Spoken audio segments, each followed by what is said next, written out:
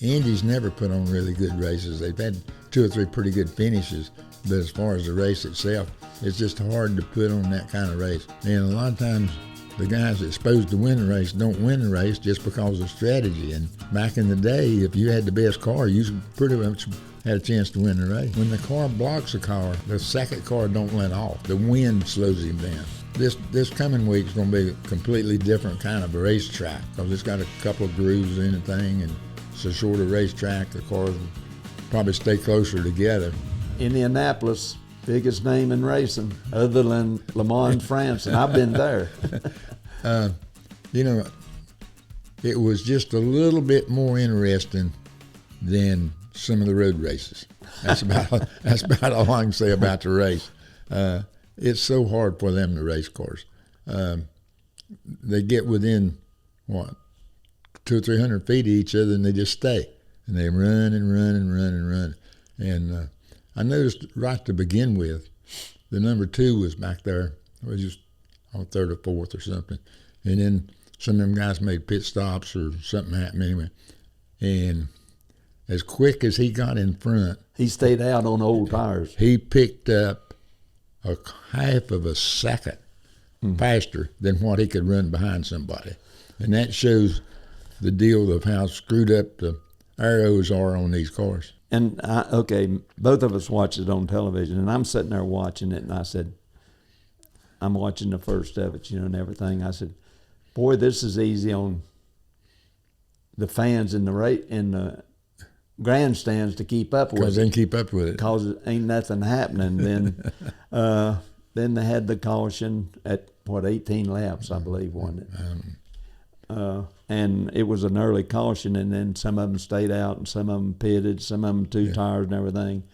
And then it kind of got mixed up, and I guess it got so mixed up it was kind of hard for television to keep up with it, Yeah. And of all things, I guess the 42 car made quite a bit. I see where he finished 12th here and come from 38th. Yep, the 11 run second coming from back there. Yeah, 11. Yeah, he was 3rd, but he done good, and poor Warwick.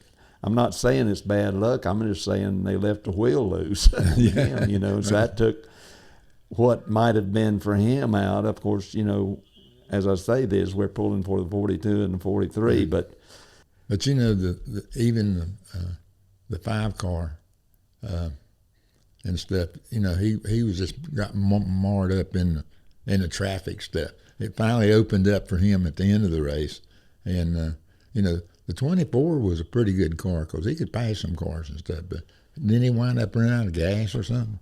I don't even know, Richard. I was. So that just. I know the 21 did because he was up there pretty good. And where is the 24? I can't find it. Yeah, and he fell way back. I don't know what happened to him. Yeah, the 24 was 16. Yeah, but the Toyotas was the best cars. Yeah, it looked like it overall. And they had the best group of cars, but when those Fords got out front, dadgum, they run as fast as anybody. The deal was they couldn't run as good probably in the pack as some of the other cars. Yeah. But it was just, I don't know. I sit there and I watch races and remember how it used to be, where you throw the green flag and everybody went and raced, and then the race was over. Now, with the way they've got the situation with all the strategy and all that, and a lot of times the guys that's supposed to win the race don't win the race just because of strategy. And back in the day, if you had the best car, you pretty much had a chance to win the race. And of course, this was another race where you're hearing save fuel. Save fuel, yeah. And they throw the green flag and they say save fuel, yeah. But but the reason they do that kind of deal is so that they can make quicker pit stops. That's the even though they're not trying to save it to make it to a regular pit, they're just wanting to not use as much gas so that they don't have to put as much in. That is so senseless, I think, because a lot of the deal on the pit stops is who you're behind. If they slow you down getting in, if somebody's in the pit in front of you coming in, it slows you down. If somebody's in the pit of you going out, it slows you down. And I'm not sure I would play that game, but I might have to if I. Of course, I'm not a crew chief anymore. So I'm glad. Yeah. Okay. Yeah. I know you'd won 400 races. Yeah. For me. Okay. So, but Bubba, you got to hand it to him. They run good all day. They did. He was right. He was right up front. He didn't cause any confusion. Didn't really have to race a whole lot with anybody. He just run, and then the way they made their pit stop there at last, and everything worked out good. But then when it came down to those, green, white, checker deals, he was the fastest car. He was faster than the 5 car or the 11 car. I was really surprised. I'm surprised that the 5 car couldn't race him. He drove off and left the 5 car twice. Yes, I know. But if you'll notice, when they threw the green flag for both of those last caution, the two laps to go deal, and the 23 car and the 5 car went in the first corner side by side, okay? And when they came out on the backstretch, they must have been 200 yards ahead of everybody else. They went through that corner, and they ran in there, and they went wide open. Both of them went wide open, where the third place guy, he lets off, and everybody else lets off. Yeah, but I mean, they got out there they were long gone, man. I remember years ago, just me and you talking after a race or something, and on a restart like that, they throw the green flag, and a lot of the drivers are so adapted to where they let off. They throw the green flag and they go down into one, and you're running 20 mile an hour slower. 30, 40 mile an hour slower. And you made a lot of ground that way, I guess. I'm not bragging on you because if I'd had some help, I'd have been better. But yeah, you would have. You need a lot of help. The first 5 qualifying was Toyotas, but Richard, they beat a lot of good cars by a second. It's the most scattered out qualifying in a long time. From the front to the back. From the front to the back. Like you say, it was a second difference. In 60 seconds or 50 seconds. 50 seconds, I guess, is what they run. 50, 51, 52 is what they was running. So, it was a real separated deal until they throw the green flag. Yeah. And then they get the draft and they get the deal and everybody runs around the same speed. But how's the draft so much different now than what it used to be, Rick? Because of the way they got the cars deal. The cars now stick to the ground. If you remember, we used to run and the cars went up instead of down. In other words, you kind of had to tippy-toe around.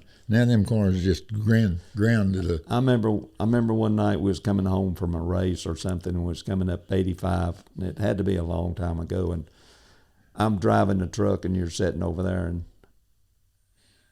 I picked up the draft off of a big tractor and trailer, and you told me, "Don't pull out yet, don't pull out yet," and then I pulled out, and I had a running start, and that's the way you used to do it in a race car. But all that stuff's much different now.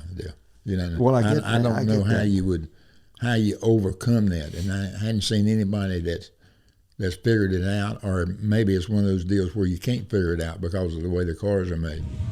I'm a longtime Paralyzed Veteran of America supporter. I'm here with Carl Blake, CEO of PVA.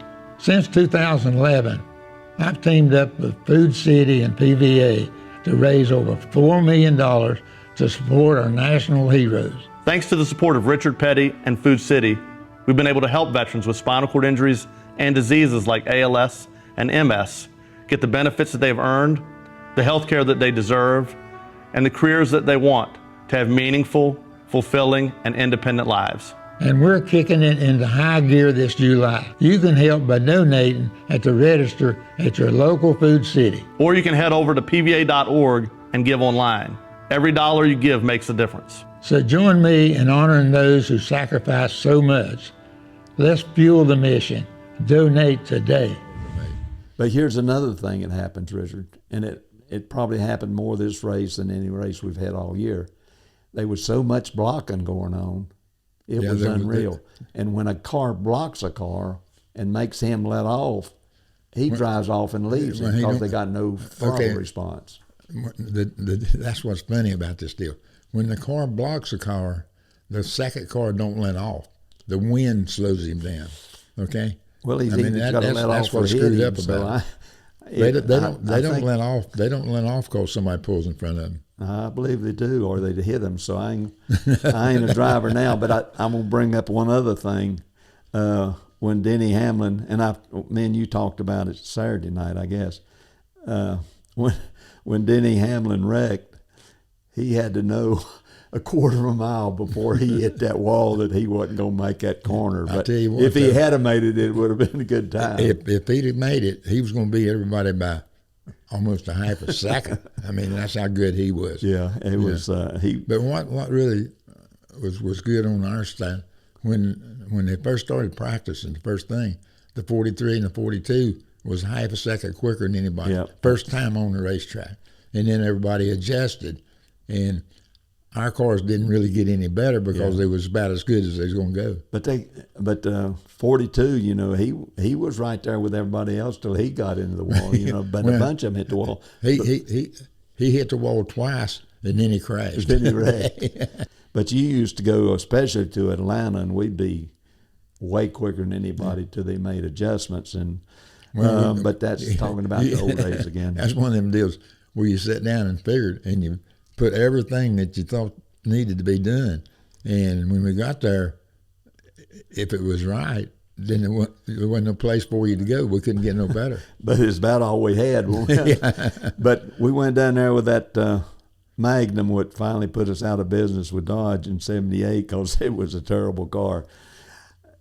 I remember working on it, and you'd go out and run through 3 and 4, 1 and 2, and come back in. Wouldn't even give me a time lap with my stopwatches, and I don't know.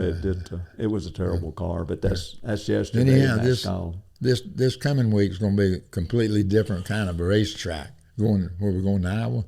Yep. You mean? And it's going to be completely different because it's got a couple of grooves in the thing, and it's a shorter racetrack. The cars will probably stay closer together just because they're going around and around. And so you're going to see a completely different kind of race than what we've seen at Indy. Bubba Flat done a burnout, didn't he? I don't know. I didn't even. Golly. I didn't watch that. I'd have snatched a knot in his ear if I'd have been around. But, I was going to be something else different, Rich. So that's something we got to look forward to next week. It's going to be really more interesting. Yep. Of course, Indy's never put on really good races. They've had 2 or 3 pretty good finishes, but as far as the race itself, it's just hard to put on that kind of race. Because we used to run in Ontario with a track just like it, and it was hard. It was better to put on a race out there. The grooves were a little bit different, even though the track was exactly the same. We'll just have to wait and see and hope for a good race and pull hard for the 42 and the 43. But they've got 13 winners this year. Is that right? Something like that. Yeah. Yeah. And the biggest chance of being another winner of somebody that hadn't won a race will be the last one going into the playoff, which is Daytona. Yeah. This luck there might make a difference. Yeah, but. Luck. Yeah. And no mistakes. Okay.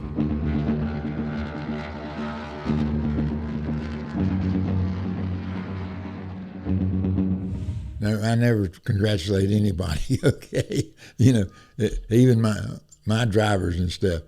You put them out there, you expect them to win the race. That's what you put them out there for. I always bragged on you, didn't I? No, talking about Bubba. I go when I hadn't been to a race in a while, but I always went by and kindly spoke to him when I was there, and he'd look at me and say, "You're still living," and so that's kind of a joke with us.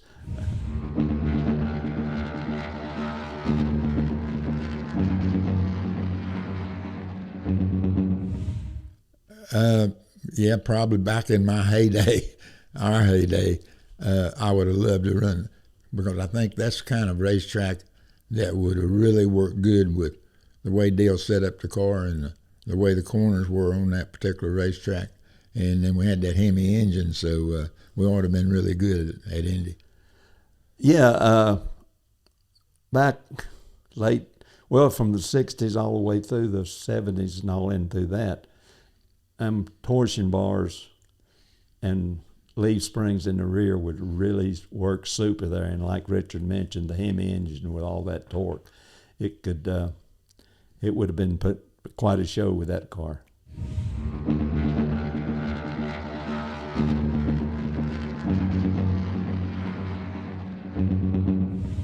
Well, you know, the surprise was that Bubba won the race because he's been there, he's been right at it, and it was a little bit of a surprise that he won.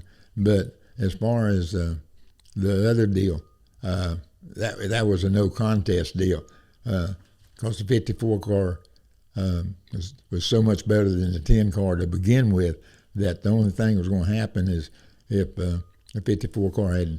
Was it 54? Was that his number? Yeah. Anyhow, if he had trouble, was the only way that the 10 was going to beat him. But, yeah, Bubba done a great job. There's no question about it with the rain and all that and 2 restarts. He done a great job. But getting back to the money deal, the 54 car, like Richard said, had him outclassed. But it's got to be, our hat's got to be off to the 10 car to even get that far with the. And I wish our cars could have been in it, but they got eliminated.